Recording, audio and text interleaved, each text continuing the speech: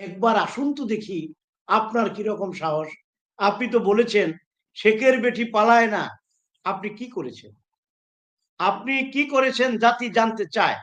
আপনি পার্শ্ববর্তী দেশে বসে এই দেশের জন্য, এই দেশের বিরুদ্ধে ষড়যন্ত্র করছেন। ক্ষমা চান। জাতি, দেশ, দেশের মানুষ আপনাদেরকে তো ক্ষমা করতেও পারে। আপনাদের এত ভয় কিসের? আপনারা তো সংখ্যায় অনেক। আপনারা তো অনেক কিছু করেছেন এই দেশে। উন্নয়নের নামে যে যা করেছেন, এই দুর্নীতি, মহা দুর্নীতি আপনারা করেছেন। ১৯৯৬ সালে ক্ষমা চেয়েছিলেন।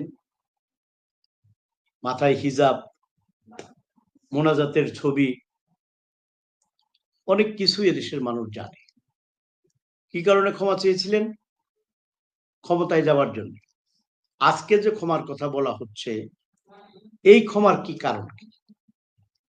যেই কারণে একবার ক্ষমা দেশের মানুষ করে তাদেরকে ক্ষমতায় বসিয়েছিলেন, তারা কিন্তু পুনরায় আগের চেয়ে বেশি উদ্যম নিয়ে, বেশি গতিতে এই দেশের সর্বনাশ করেছে।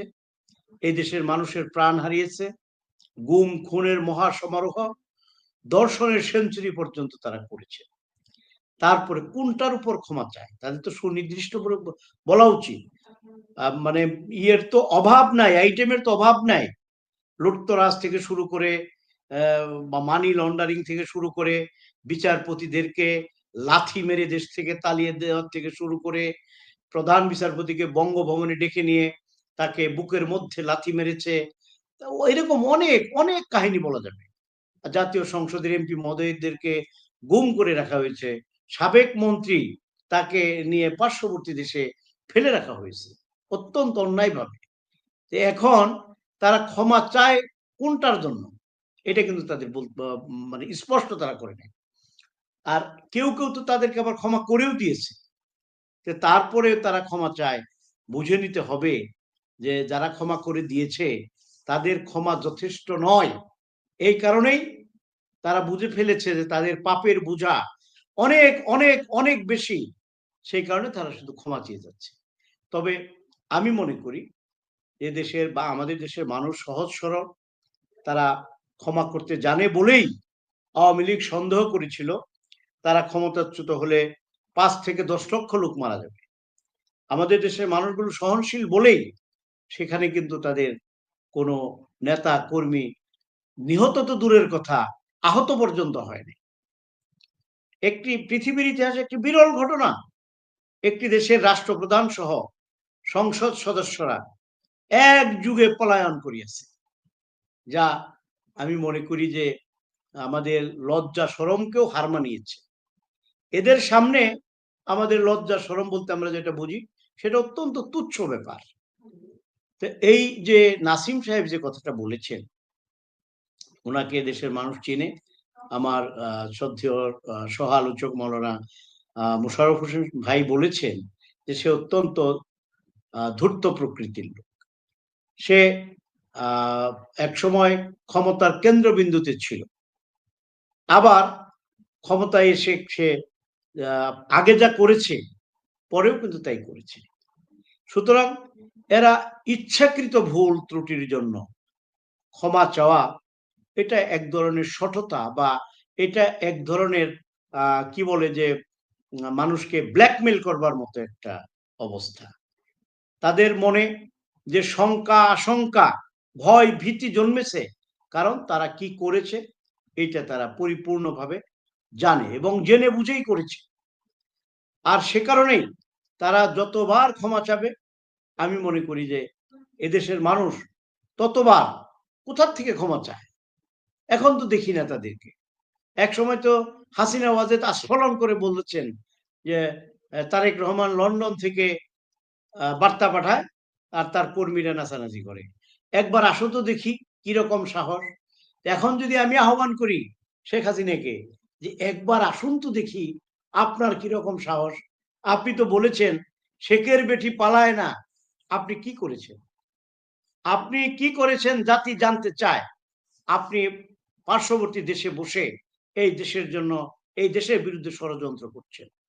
এদেশের মানুষকে আপনি যে একটি গভীর সংকটের দিকে নেওয়ার চেষ্টা করছেন, যেটা আপনারা ক্ষমতায় থেকেও করেছেন, 2024-এর যে 7ই জানুয়ারি নির্বাচন, এই নির্বাচনে আপনারা নানাভাবে এদেশের মানুষকে, বিএনপি সহ এদেশের অন্যান্য দলকে উস্কিয়ে দেওয়ার চেষ্টা করেছেন। এরা আন্দোলন করতে জানে না, এদের সাথে লোক নাই। আপনারা চেয়েছিলেন আপনাদের মতো, শেখ হাসিনা চেয়েছিলেন ওনাদের মতো এদেশের মানুষ লোক দিয়ে বৈঠা দিয়ে তারপরে আওয়ামী লীগের উপর হামলা করুক, তাদের লোকজন কিছু মারা যাক, তারপরে দেশ এবং জাতিকে ইনিয়ে বিনিয়ে বলে তারা বিভিন্নভাবে এই দেশের ধ্বংসাত্মক কার্যক্রম এবং পার্শ্ববর্তী দেশকে ডেকে এনে, এমনিতেই তারা সহযোগিতা করে, আরেকটু ডেকে আনবার একটা প্রক্রিয়া করার চেষ্টা করেছিলেন। সেটা সেই পথে আমরা গেলে বা এদেশের মানুষ যদি যেত, তাহলে সেটা যেত গৃহযুদ্ধের দিকে। আর আমরা কি দেখলাম? আর জননেতা জনাব তারেক রহমান তার ক্যারিসমেটিক নেতৃত্ব দিয়ে তিনি কি বললেন? এদেশের মানুষকে ভোট বর্জনের আহ্বান জানালেন, প্রতিহত করবার আহ্বান জানালেন না। তার আহ্বানের সাড়া দিয়ে, সম্মান দেখিয়ে এদেশের 95% মানুষ কিন্তু ভোট কেন্দ্রে যায় নাই। সুতরাং আমরা মনে করি এই দেশের 95% মানুষ এখনো ঐক্যবদ্ধ আছে। 5 ভাগ যারা ছিল তারা অনেকেই পালিয়ে আছে, ইঁদুরের গর্ত খুঁজতেছে, কেউ কেউ সীমান্তের উপরে চলে গেছে। সুতরাং তারা ক্ষমাটা কোথায় চাবে? আপনাকে আমাকে লাথি মেরে আপনি ঘরে বসে ক্ষমা চাবেন, এটা তো হবে না। আপনি আসুন, ক্ষমা চান, জাতি, দেশ, দেশের মানুষ আপনাদেরকে তো ক্ষমা করতেও পারে। আপনাদের এত ভয় কিসের? আপনারা তো সংখ্যায় অনেক, আপনারা তো অনেক কিছু করেছেন এই দেশে, উন্নয়নের নামে যে যা করেছেন, এই দুর্নীতি, মহা দুর্নীতি আপনারা করেছেন। তাই আমরা যে কথাটা আমি ব্যক্তিগতভাবে বলতে চাই, জনাব নাসিম এবং শেখ হাসিনা বাহিরে থেকে যে ষড়যন্ত্র করছে, এই ষড়যন্ত্র আমাদেরকে আমার মনে হয় যে আরেকবার রুখে দেওয়ার মতো পরিস্থিতি সৃষ্টি হয়েছে। আজকে যদি মনে করেন 3 মাস পরে নির্বাচন হয়, নির্বাচনটা কন্ডাক্ট করবে কারা? আজকে বোধহয় নির্বাচন কমিশন সংস্কার হয়েছে, নির্বাচন কমিশন তাদেরকে দিয়ে নির্বাচনটা করাবে। তাদের তো সৎ হইতে হবে, স্বচ্ছ হইতে হবে। তারা তো এখনো, কেউ বলে ঘাপটি মেরে আছে, আমি বলবো না, তারা বহাল তবিয়তে আছে এবং স্বমহিমায় আছে। তারা তাদের কাজ ক্রমাগতভাবে করে যাচ্ছে, বিরামহীনভাবে করে যাচ্ছে। তাদের মধ্যে কোনো অনুশোচনা নেই, তাদের মধ্যে তারা কোনো রকম হেসিটেশনও নেই, তারা কাজ করে যাচ্ছে। তাই আজকে যদি সংস্কারের কথা বলে সংস্কারকে এত লম্বা প্রক্রিয়ায় নিয়ে যাওয়া হয়, তাহলে সেটা হবে আমাদের জন্য অত্যন্ত দুর্ভাগ্য। সংস্কার আমরাও চাই, কিন্তু সংস্কার বলতে যেটা বুঝি, যখন একজন ব্যক্তি তার সংস্কার যদি করা হয়, তাহলে আমার সংস্কার মৃত্যুর আগ পর্যন্ত হতে হবে। আমার সংশোধনের শেষ নাই, ভালোর শেষ নাই। ঠিক তাই সংস্কার যদি করতেই চান, দেশের রাষ্ট্রের সংস্কার করতে গেলে রুশ কিয়ামত পর্যন্ত এই সংস্কার করা যাবে। এখন সংস্কারের নাম, আজ 17 বছরে দেশের মানুষ ভোট দিতে পারে নাই। সুতরাং একটি অবাধ সুষ্ঠু নির্বাচনের আয়োজন করে, সুষ্ঠু নির্বাচনের মধ্য দিয়ে, গ্রহণযোগ্য নির্বাচনের মধ্য দিয়ে যদি একটি সরকার প্রতিষ্ঠা হয়, সেটাই হবে সবচেয়ে বড় সংস্কার। ওনারা কি সংস্কার বুঝে না? আমি তো এই বিষয়টি বুঝতেছি না। সংস্কার বুঝে না, না বুঝতেছে না, তাদের এই জিনিসটা ভাবা উচিত। তারা অন্তর্বর্তীকালীন সরকার, তাদের তো এত কিছু, মানে প্রধান কি উপদেষ্টা একদিন বললেন যে আপনারা আমাদের সমালোচনা করুন। আরে ভাই, আপনার সমালোচনা পর্যন্ত যেতে হবে কেন? সমালোচনা মানুষ কখন করে? যখন আপনার দ্বারা আমি এফেক্টেড হব।